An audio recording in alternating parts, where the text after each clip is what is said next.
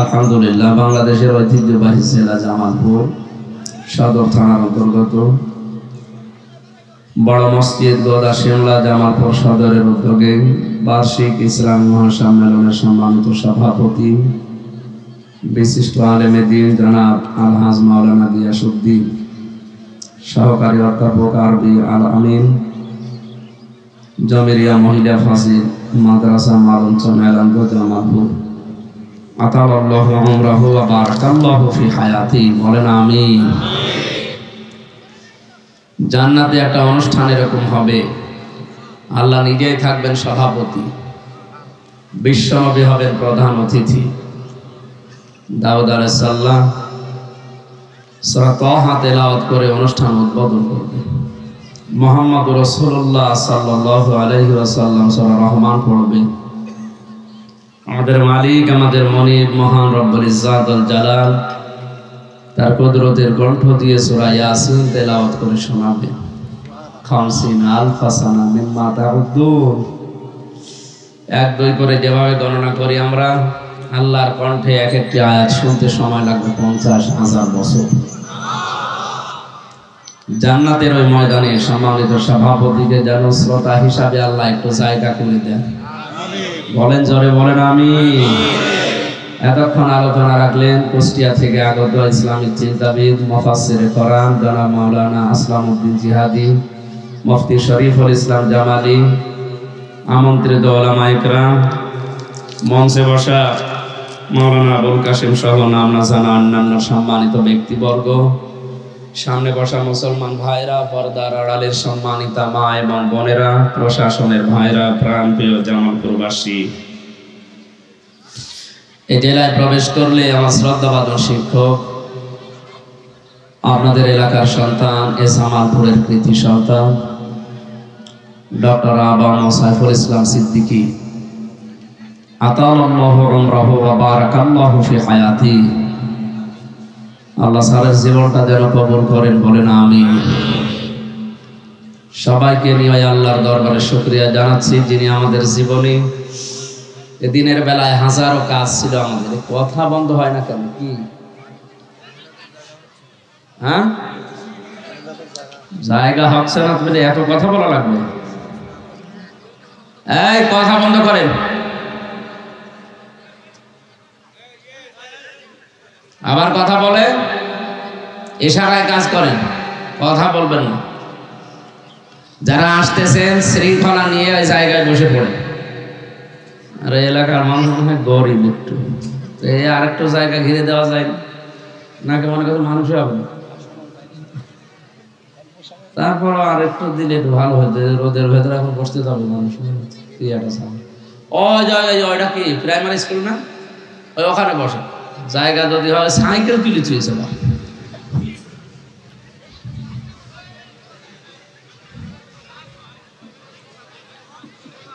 মানে সেই গম নরম জাঁতাও ঢিলা সেরকম হয়ে গেল। এ মানে কোনো স্বেচ্ছাসেবক নেই নাকি? ওই সাইকেল মাইকেল গুলো নিচে নামিয়ে রোদে দেন আর মানুষকে বসতে দিল খালি দেন।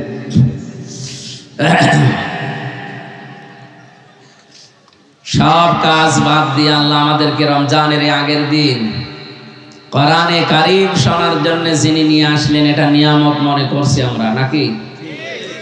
খুশি হয়ে বলেন আলহামদুলিল্লাহ। ওয়া ইয তা'আযানা রাব্বুকুম লাইন শাকারতুম লাযীদান্নাকুম ওয়া লাইন কাফারতুম ইন্না আযাবি লাশাদীদ। সূরা ইব্রাহিমের 7 নম্বর আয়াতে আল্লাহ জানিয়েছেন, তিনি নিজেই যেন ঘোষণা দিচ্ছেন, ওয়া ইয তা'আযানা রাব্বুকুম, একটি ঘোষণা শোনো। আল্লাহ নিজে মাইক হাতে নিয়ে মনে হচ্ছে নেমে পড়েছেন, একটি এলান শোনো। ও জামালপুরবাসী, একটি এলান শোনো, একটি ঘোষণা শোনো। কি সেই ঘোষণা? লাইন শাকারতুম লাযীদান্নাকুম, যদি আমার নিয়ামতের শুকরিয়া আদায় করো, এটা আমি আরো বাড়িয়ে দেব।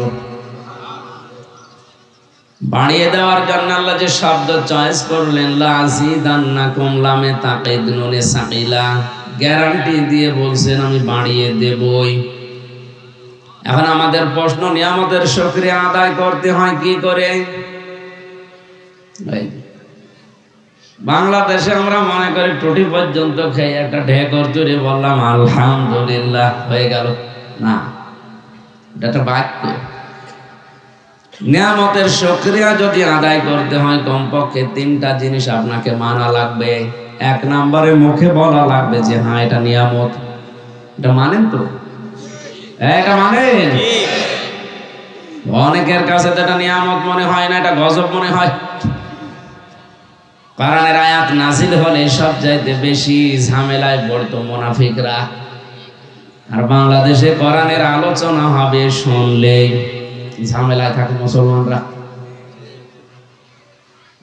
1500 বছর আগে মুনাফিকরা সব সময় ভীত সন্তুষ্ট থাকতো, না জানি কখন আমার বিরুদ্ধে আসমান থেকে নাজিল হয়ে যায়। তারা তো আমরা জানি মুনাফিক। বাংলাদেশে কোরআনের আলোচনা হবে শুনে যাদের ভেতরে ধোক ধোক শুরু হয়, বুঝতে হবে এটার নামধারী মুসলমান দাবি করলে ওইটা মুনাফিক। মুনাফিকের জানাজা পড়া জায়েজ আছে? কবরে দেওয়া, কথা বলে না কেন? দোয়া করা, ওয়ালা তুসাল্লি আলা আহাদিম মিনহুম মাতা আবাদা ওয়ালা তাকুম আলা কবরি। সূরা তাওবার 84 নম্বর আয়াতের প্রথম অংশে আছে, হে নবী, মুনাফিক যদি মারা যায় তার জন্য দোয়া করা দূরের কথা, কবরের পাশেও দাঁড়াবেন না। আমার মনে হয় 1500 বছর আগে যে সিস্টেম ছিল ওইটা যদি এখন চলতো, বাংলাদেশে অনেকের জানাজায় নসিব হতো না।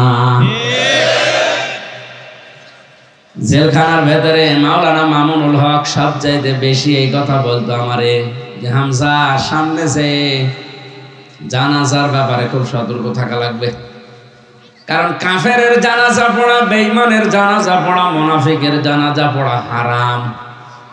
এই কথা বোঝেন? এই হারাম কাজ যদি কেউ করে, এজন্য এ ব্যাপারে আমরা সতর্ক থাকবো যেন কোনো মুনাফিকের জানাজা আমরা পড়াই না পড়াই এবং হাজিরও না হই। একটু সতর্ক হয়ে যদি শক্ত হওয়া যায়, হাজার হাজার বেঈমান এমনি টাইট হয়ে যাবে। টাইট হবে না, কারণ ও জানে যে আমার জানাজা না দিলে অসুবিধা, কারণ ও তো জানাজা বিশ্বাস করে না। বাংলার এক নাস্তিক ডক্টর আহমেদ শরীফ বলেছিল আমার জানাজা দেওয়ার দরকার নেই, কবরে দেওয়ার দরকার নেই। ছাত্ররা বলেছে স্যার আপনারা করবো কি, পড়িয়ে ফেলি? না, হিন্দু ধর্ম বিশ্বাস করি না, আপনারা করবো কি? আমার লাশটা ঢাকা মেডিকেল কলেজে দিয়ে দিও, ছাত্র ছাত্রীরা আমার লাশ কেটে কেটে ডাক্তারি শিখবে। মারা যাওয়ার পরে নিয়ে গেছে অ্যাম্বুলেন্সে করে। মুসলমান ছাত্র ছাত্রী যারা মিছিল আরম্ভ করেছে, না এ নাস্তিকের লাশ নিয়ে আমরা ডাক্তারি শিখবো না, যে আল্লাহরে বিশ্বাস করেন ওরে কেটে কি পাবো? অ্যাম্বুলেন্সের ড্রাইভাররা জানে ভার্সিটির ছেলে মেয়েরা যদি একবার খেপে ওই অ্যাম্বুলেন্স আগুন লাগিয়ে দিতে পারে। তাড়াতাড়ি মাথা ঘুরিয়ে দেটা এখন কোথায় নিয়ে যাবে? ওর তো জানাজা দেওয়া নিষেধ, কবরে দেওয়া নিষেধ, পুড়িয়ে ফেলা নিষেধ, টেনে ফেলে দিয়েছে। কুকুর শ্রীগালি খেয়েছে। এরকম 2-1টা যদি শুরু হয়, আমার মনে হয় অনেক নাস্তিক টাইট হয়ে যাবে। অনেক 4টা বিষয়, আমি 2 বছর 8 মাস ওনার সাথে ছিলাম, সবচাইতে বেশি 4টা বিষয় আমাকে বলতো। এই জানাজার বিষয়টা 1 নাম্বার, যে এটা আমি পড়াবো না। খুব কঠোর বিষয় হওয়া লাগবে আমাদেরও, কারণ হারাম কাজ। নবীজিকে আল্লাহ পাক আয়াত নাযিল করে জানিয়েছেন, ফালা ইয়াগফিরাল্লাহু লাহুম। এখানে আল্লাহ যদি মুনাফিক শুধু আব্দুল্লাহ ইবনে উবাই উদ্দেশ্য হতো তার নাম দিত, আল্লাহ হুম দিয়েছেন। তার মানে এর মতো চরিত্র কিয়ামত পর্যন্ত অনেকের হবে, আল্লাহ জানে। তাদের জন্য যদি 70 বার আমরা দোয়া করি, কবুল হচ্ছে না, হবে না। এক ফির মজারে বর্তমান ভবিষ্যৎ, প্রেজেন্ট ফিউচার, হে নবী, মুনাফিকের জন্য যদি আপনি দোয়া করেন ৭০ বার না। নবীজি ওই আয়াতের তাফসিরে আমি পড়েছি, তাফসিরে হাক্কানিতে উনি মনে মনে করছিলেন আমি ৭১ বার দোয়া করবো এই লোকটার জন্য। আল্লাহ তো ৭০ বারের কথা দিয়েছে, আমি ৭১ বার করব। তখনই ফালাইয়া গফিরাল্লাহু লাহু নাজিল হয়। হে নবী, এর জন্য ৭১ বার না, আপনি কোটি কোটি বার এর জন্য দোয়া করলে কবুল হবে না। কাকে বলেছে? যে নবী কোনোদিন হাত তোলায় লাগেনি, মনের ভেতরে কামনা আসলে দোয়া কবুল হয়ে গেছে। জামালপুরবাসী মাথায় যদি মগজ থাকে চিন্তা করেন, এই লোকটা নবীজির পেছনে নামাজ পড়তো, নবীজির সাথে রোজা রাখতো, ইফতারি করতো, ওর সব ছিল প্রায় নবীর মতো, শুধু রাজনৈতিক দর্শনে আল্লাহর নবীকেও মানত না। তলে তলে ওর নেতা ছিল আবু জেহেল। রাজনৈতিক জীবন যে একটা জীবন বলে আছে, অনেকে মনে করে না এটা দুনিয়ার কাজ, অথচ এটাও দিয়েছে আখেরাত তৈরি করা যায়। অনেকে জানেও না, বিশ্বাসও করে না। ওই কথাগুলো সতর্কমূলক বলতে গেলে বলো হুজুর এটা রাজনীতি। কোরআনে নামাজের কথা বললে যদি রাজনীতি না হয়, রমজানের কথা বললে যদি রাজনীতি না হয়, কোরআন দিয়ে নবীজি 10 বছর এ দেশ চালিয়েছেন, এই কথা বললে রাজনীতি হয়, বুঝতে হবে আপনি মুনাফিক। মুনাফিক মারা গেলে, আমি আবার বলছি, এর জন্য ৭০ বার ৭১ বার না, শুধু হামজা দিয়ে না, গিয়াসউদ্দিন দিয়ে না। আপনি যদি একেবারে কাবার ইমাম সদাইসি দিয়েও জানাজা পড়ান, ওটা কবুল হবে না। এই জন্য আমরা যেন মুনাফিকের কোনো জার ভেতরে না থাকে। এটা নিয়ামত, এটা মনে করে আমরা খুশি, আমরা মুখে প্রকাশ করছি, বলেন আলহামদুলিল্লাহ। 2 নম্বরে মনের ভেতরে একটা অনির্বাচন সুখ পাবেন আপনি। কি সুখ?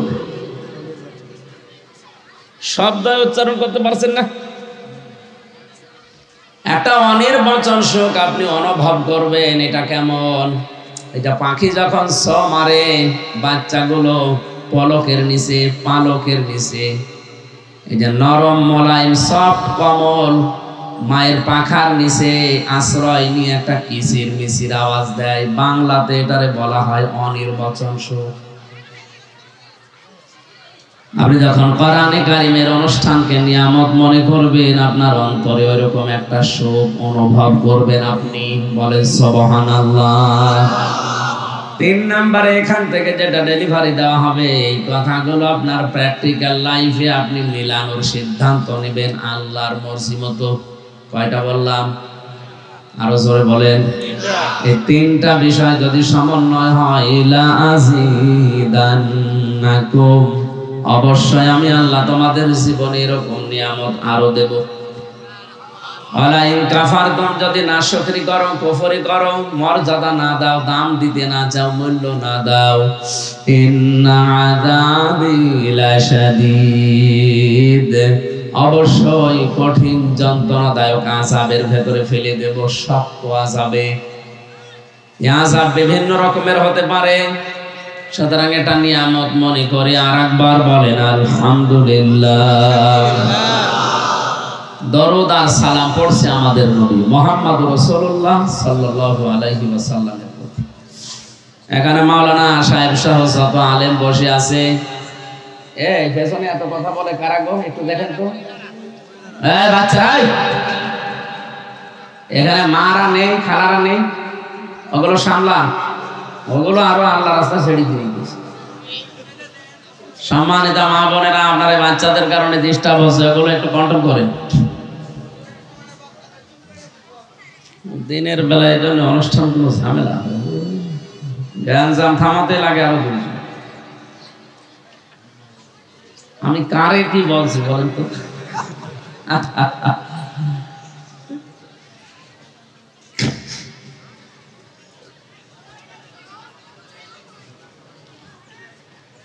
জামালপুরবাসী, আমি বলছিলাম যত আলেম এখানে বসে আছে, যারা আমরা নামাজ কালাম পড়ি, সবাই জানি ওযু করলে ওযু ভেঙে যায় 7টা কারণে। কয়টা কারণে? এর একটা কারণও যদি আপনার ভেতরে পাওয়া যায়, আপনার ওযু শেষ। ওই ওযু দিয়ে নামাজ হবে? জোরে বলেন। নামাজ পড়তে দাঁড়িয়েছেন, 19টা কারণে নামাজ ভেঙে যায়, একটাও যদি পাওয়া যায় ওই নামাজ আর নামাজ থাকে? বলেন। কাজ আমল এটাও ভেঙে যায় 2টা কারণে। একটাও যদি পাওয়া যায়, আপনার কাজ আর আমল বলে কিছু থাকবে না, ওটা ভেঙে নষ্ট হয়ে গেছে। সূরা মুহাম্মদের প্রথম আয়াতে আছে এরকম পৃথিবীর প্রতিটি কাজ ভেঙে যাওয়া, নষ্ট হয়ে যাওয়া, ব্যর্থ হয়ে যাওয়ার কিছু না কিছু কারণ আছে। যেটা নিয়ে জান্নাতে যেতে চান তার নাম ঈমান। ঈমানও ভেঙে যায় 10টা কারণে। কয় কারণে? 10টা। এই 10 কারণের একটা কারণও যদি আপনার ভেতরে পাওয়া যায়, তাহলে আপনার ঈমান আর ঈমান নেই, আপনি বেঈমান। এ পর্যন্ত বুঝেছেন কিনা বলেন? ওযু করলে ভেঙে যায় ওযু, নামাজ পড়লে ভেঙে যায় নামাজ। ঈমান আনলে ঈমান ভাঙে না, একবারে অমর হয়ে থাকে। কয় কারণে ভাঙে ঈমান? বলেন বলেন। আর ঈমান যদি ভেঙে যায়, ওটা ভেঙে যাওয়া ওযুর মতো না, ভেঙে যাওয়া নামাজের মতো। তাহলে নামাজ ভেঙে গেলে ওই নামাজ যেমন নামাজ থাকছে না, ওযু ভেঙে গেলে যেমন ওই ওযু আর ওযু থাকে না, ঈমান ভেঙে গেলে আর ঈমান থাকে না। আপনি বিশ্বাস করতে পারেন আপনি বেঈমান। যদি বলেন না আসমান জমিন আল্লাহ বানিয়েছেন, বিশ্বাস করি, এ বিশ্বাস তো আবু জাহেল করত। ওয়ালা ইন সালতাহুম মান খালাকাস সামাওয়াতি ওয়াল আরদা লা ইয়াকুলুন্নাল্লাহ। হে নবী, ওদেরকে যদি আপনি জিজ্ঞাসা করেন আসমান আর জমিন কে বানিয়েছে, ওরা গ্যারান্টি দিয়ে বলবে আল্লাহ বানিয়েছে। কে বানিয়েছে? আসমান জমিন আল্লাহ বানিয়েছে কথা বিশ্বাস করলে যদি ইমানদার হওয়া যায়, তো আবু জাহেল ইমানদার না। ও কাবার গিলাফ ধরে কেঁদেছিল বদরে যাওয়ার দিন, কাবার মালিক তুমি আসো, আমি জানি। বদরে যাচ্ছে মুহাম্মদের বিরুদ্ধে অস্ত্র নিয়ে, সত্যের পক্ষে যে আছে তারে তুমি বিজয় দিও। ওর দোয়া কবুল হয়ে গেছে, কারণ ও তো সত্যের পক্ষে নেই। সত্যের পক্ষে যিনি ছিল তাকে আল্লাহ বিজয় দিয়েছে। এই কথা বলে না কেন? আল্লাহ একজন আছে, ও যদি বিশ্বাসী না করবে তে কাবার গিলাফ ধরে কাঁদবে কোন কারণে? এমনকি নবীর চাচা, নবীর দাদা আব্দুল মুত্তালিব পর্যন্ত কাবার মালিক একজন আছে বিশ্বাস করত। এখানে আব্রাহা যেদিন এসেছিল ধ্বংস করার জন্য, ওই দিন কাবার চাবি মুলতাজাম নামক ওই দরজার সাথে লাগিয়ে বলেছিল, কাবার মালিক তোমার ঘর তুমি দেখো, আমি আমার ছাগল গরু নিয়ে ব্যস্ত আছি। কি বুঝলেন আপনি? ওই জামানার কাফের যারা, তারাও বিশ্বাস করতো আল্লাহ একজন আছে, আসমান জমিন উনি বানিয়েছে। কিন্তু সমস্যা হচ্ছে তারা আল্লাহর শক্তির সাথে, ক্ষমতার সাথে শিরিক করতো। কি করতো? বাংলাদেশে আজ আমরা মুসলমান অনেকে যাদের মনে করছি ঈমান আছে না গেছে, ও নিজেও টের পাচ্ছে না। আমি আবার বলছি, এটা যেহেতু ক্লাস চলছে, ভালো করে বলেন তো, ঈমান ভেঙে যাওয়ার কারণ কয়টা? আরো জোরে। হ্যাঁ, 10টা। এর একটাও যদি পাওয়া যায়, আপনার ঈমান শেষ। ওই ঈমান নিয়ে আপনার জান্নাতে যেতে। আমার আলোচনা এটা না, আমি সামারাইজ করে মাত্র একটা বলছি, 4 নাম্বারটা। যেই সূরা আহজাব 21 নাম্বার আয়াতে আছে, এই পৃথিবীতে উত্তম আদর্শ দিয়ে আল্লাহ পাক একজনকে পাঠিয়েছে, তার নাম মুহাম্মাদুর রাসূলুল্লাহ। এইজন্য তার নামের আগে পরে আল্লাহ লাগিয়ে দিয়েছেন উসওয়াতুন হাসানাহ। সুবহানাল্লাহ বলতে পারেন না? নবীজি মুহাম্মাদুর রাসূলুল্লাহকে বাদ দিয়ে পৃথিবীর কাউকে যদি কেউ আদর্শ মনে করে চলে, বিশ্বাস করেন ওই লোকটার ঈমান ভেঙে গেছে।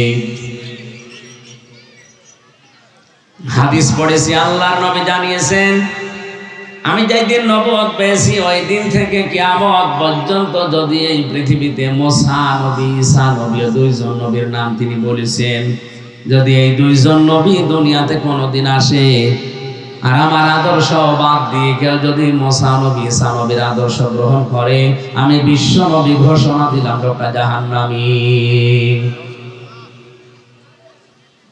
জামালপুরবাসী কথা যদিও শক্ত মনে হচ্ছে, এইটাই বাস্তব। বাংলাদেশের 100 জনের মাত্র 15 জন বিশ্ব নবীকে একমাত্র আদর্শ মানে, আর 85 জন আছে তা না নাই। বুঝতে হবে দেশে 96% মুসলমান, এটা শুধু আদমশুমারিতে আছে, ভোটার আইডি কার্ডে আছে। বাস্তবে দেশে মাত্র 15% মুসলমান আমরা বিশ্ব নবীর আদর্শ মেনে নেওয়া পাই। 85 জন এই দেশে এখন এই আয়াত অনুযায়ী মুসলমানই না। কারণ ঈমান না থাকলেও মুসলমান কিসের? আল্লাহ আমাদেরকে বোঝার তৌফিক দাও, আমাদের ঈমানটা যেন ভেঙে নষ্ট হয়ে না যায়, বলেন আমিন। 6666টা আয়াত আল্লাহ কোরআনে দিয়েছেন, মাত্র একটা আয়াত পড়েছি সূরা বাকারার 201 নম্বর আয়াত। এখানে যারা আছে ছোট বড় নারী পুরুষ সবার জানি আয়াত পিরায় মুখস্থ আছে। কাবা শরীফে যাওয়ার পরে দেখি রুকনে ইয়ামিনী থেকে হজরে আসওয়াদ, এই জায়গাটা পার হতে লক্ষ লক্ষ হাজি, শুধু বাংলাদেশের হাজি না, তামাম দুনিয়ার যত দেশ থেকে হজ করতে এসেছে এই আয়াতটা পড়ছে। আমার কানের কাছে এসে শুধু এই আয়াতে বাজে, আমিও পড়ছিলাম, চিন্তা করলাম এই আয়াত কেন পড়বে, এ তো সারা জীবনই পড়ি আসছি, কি আছে এর ভেতরে? এই গুরুত্বপূর্ণ জায়গায় পড়া লাগে যেখানে দোয়া কবুল হয়। রুকনে ইয়ামিনী থেকে হজরে আসওয়াদ, এই জায়গাটায় দোয়া কবুল হওয়ার একটা জায়গা। এই আয়াতটা কেন পড়ে কেন পড়ে কেন পড়ে? তাফসীর গুলো খুলে খুলে মিলিয়ে বাংলাদেশে এসে দেখি আল্লাহ দুনিয়া আখিরাত সব এই আয়াতের ভেতরে ঢোকানো আছে। এবার আমরা তাফসীর আকারে কথাগুলো একটা একটা করে ভেরিফাই দেব। আল্লাহ যেন আমাদেরকে কোরআনের এই আয়াত থেকে যে বিষয়টা দিতে চান ওটা নেওয়ার তৌফিক দেন। সারা জীবন আপনি পড়ে যান রব্বানা আতিনা ফিদ দুনিয়া হাসানা, অথচ হাসান আছে কি এটা আজ পর্যন্ত এখানে অনেকেই জানে না। আমার মনে হয় কয়েকজন আলেম বাদ দিয়ে বাকি 100 জনের 98 জন ফেল করবে যে হাসানা কি। অনেকে মনে করে না হাসানা না হাসিনা, খালি জের দিয়ে হাসিনা। হাসিনা মানে সুন্দরী আর হাসানা মানে কল্যাণ। আপনি যদি এই দোয়াটা নাই বলছেন তো কি দোয়া করছেন আপনি আল্লাহর কাছে? 5 ওয়াক্ত নামাজের পরে শেষ হয়ে গেলে দেখি বলে রব্বানা আতিনা ফিদ দুনিয়া হাসানা। না এলাকায় নেই সব, কি বলেন আপনি? এক ইমাম দোয়া করছে রব্বি হাবলি মিনাস সালিহিন। এক যুবক বলছে হুজুর সে ছোটবেলা থেকে নামাজ পড়ে একই দোয়া করেন, কি এই দোয়া কি বলেন আপনি? এ দোয়ার মানে কি? বলছে আমি জানি না। জানেন না মানে? সারা জীবন দোয়া করেন আপনি জানেন না, আপনাকে বলা লাগবে? আমি জানি না। এক আলেমের কাছে গিয়ে বলে আমাদের ইমাম শুধু এই দোয়া পড়ে, এ দোয়ার মানে কি? আলেম বলছে এটা শুধু দোয়া না, এটা কোরআনের আয়াত। এর অর্থ হচ্ছে আল্লাহ তুমি আমাকে একটা নেককার সন্তান দান করো। যুবক মনে করছে আমাদের ইমামের মনে হয় ছেলে মেয়ে হয় না, বাড়ি নোয়াখালী। নোয়াখালী বাড়ি এসে মনে হয় জামালপুরে ইমামতি করছে, ছেলে মেয়ে নেই। এই দোয়া পড়ে বছর হুজুর আপনার ছেলে মেয়ে কয়টা? 11টা। 11টা ছেলে মেয়ের পর আপনি দোয়া করেন, আপনার লজ্জা আছে কেন? আমি তো দোয়ার মানে জানেন না, আমি জিজ্ঞাসা করে আসলাম। দোয়ার মানে আল্লাহ তুমি আমাকে একটা নেককার সন্তান দান করো। আপনার 11টা হয়ে গেছে, এরপরও দোয়া করেন, আপনি কি দেশ ভরে ফেলাবেন? ইমাম সাহেব বলছে বাবা জিয়া দোয়ার মানে এই, আমি যদি আগে জানতাম তো 10 বছর আগে দোয়া বাদ দিতাম। আমি তো জানি না, আমি পড়িয়ে যাই, আল্লাহ দিয়ে যায়। তারপরে সেই ছোটবেলা থেকে রব্বানা আতিনা ফিদ দুনিয়া হাসানা পড়ছেন, কি বলেছেন একদিনও ভাবেননি, আজকে ভাববেন। আল্লাহ পাক বলেন আমিনুহুম মাইয়াকুলু রব্বানা আতিনা ফিদ দুনিয়া হাসানা। লোকেদের ভেতরে এমন অনেক লোক আছে তারা বলে, হে আমাদের প্রতিপালক, আমাদেরকে দান করো ফিদ দুনিয়া হাসানা, দুনিয়ার হাসানা, কল্যাণ, শান্তি, স্বস্তি, নিরাপত্তা। 33টার উপরে অর্থ আছে হাসানার। আমাদেরকে তুমি কল্যাণ দাও, স্বস্তি দাও, শান্তি দাও, নিরাপত্তা দাও, সুখ দাও। কোথায়?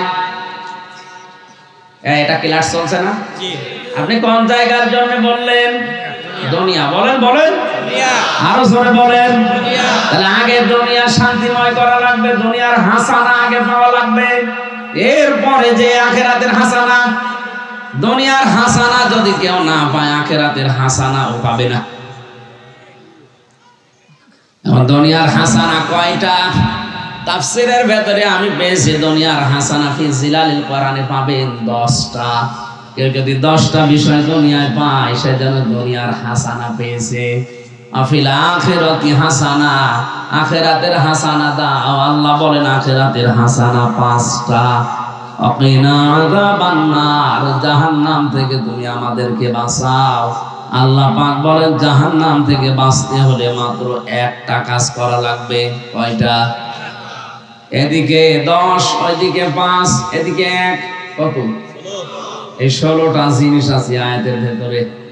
এবার আমরা একটা করে সিরিয়াল করে দেখি এই 16টা আমরা আসলে পেলাম কিনা। যদি আপনি না পেয়ে থাকেন, মনে করবেন আপনার দোয়া কবুল হয়নি, ওটা মাঠে মারা গেছে। জবান খুলে কোরআনের এই সোনালী আয়াত একবার তেলাওয়াত করেন। আউযু বিল্লাহি মিনাশ শাইতানির রাজীম। বিসমিল্লাহির রহমানির রহিম।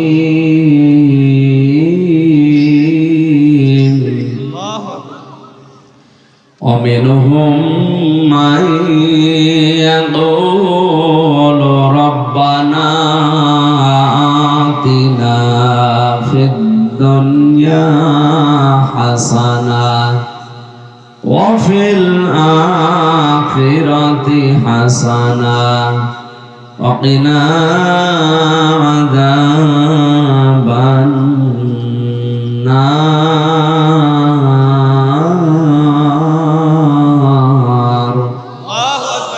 সাল্লাল্লাহু আলাইহি। এটা দিলেন আবার। ও কি করলো কি? সে জয়রুল কই আসলাম। এটা তো আমি পারি না, আমার দিলে দায়িত্ব। আবার শুরু করলাম।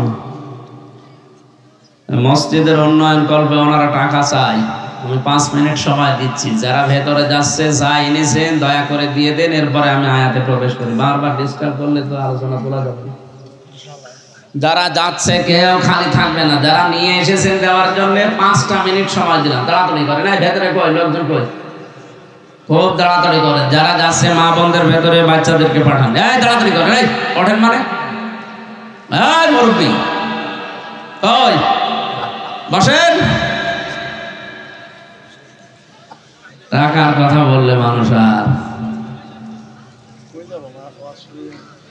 তাড়াতাড়ি, খুব তাড়াতাড়ি। সুবহানাল্লাহ, আলহামদুলিল্লাহ, লা ইলাহা ইল্লাল্লাহ, সুবহানাল্লাহ, আলহামদুলিল্লাহ, লা ইলাহা ইল্লাল্লাহ, সুবহানাল্লাহ, আলহামদুলিল্লাহ, লা ইলাহা ইল্লা। এই দাঁড়িয়ে কি করো? তাড়াতাড়ি করো। লা ইলাহা ইল্লাল্লাহ মুহাম্মাদুর রাসূলুল্লাহ। রেখো মনেতে ভয় বান্দা খোদার, দূর হয়ে যাবে বাধা সব। তোমার আমার এক মালিক আছেন, আছেন আমাদের রব, আছেন আমাদের রব। সুবহানাল্লাহ, আলহামদুলিল্লাহ, লা ইলাহা। এই কি করো, কি তাড়াতাড়ি করো। সুবহানাল্লাহ। বাচ্চাদেরকে পাঠিয়ে দেন, মা বোনদের ভেতরে সম্মানিত মা বোনেরা চাই এনেছেন দেওয়ার জন্য, মসজিদের জন্য না, এটা মসজিদের উন্নয়ন চলছে। আপনি 1 টাকার কাজ হলেও শরীক হন।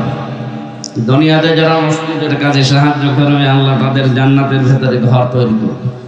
এই হাদিসটা বিশ্বাস করে একটা নিয়ত করে দান করেন। সুবহানাল্লাহ, আলহামদুলিল্লাহ, লা ইলাহা ইল্লাল্লাহ, মুহাম্মাদুর রাসূলুল্লাহ। এই হয়েছে। এই এখানে কি কি করছে, কি করেন কি আপনি? বসেন, তাড়াতাড়ি বের হয়ে যান, যান যান যান যান যান যান।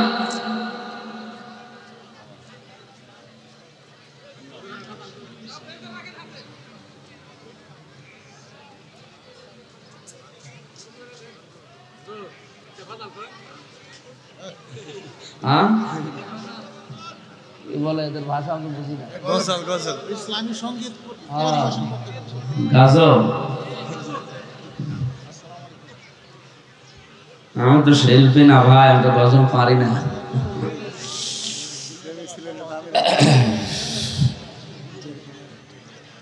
এই হয়েছে। এই আবার এ ওঠে কি? কে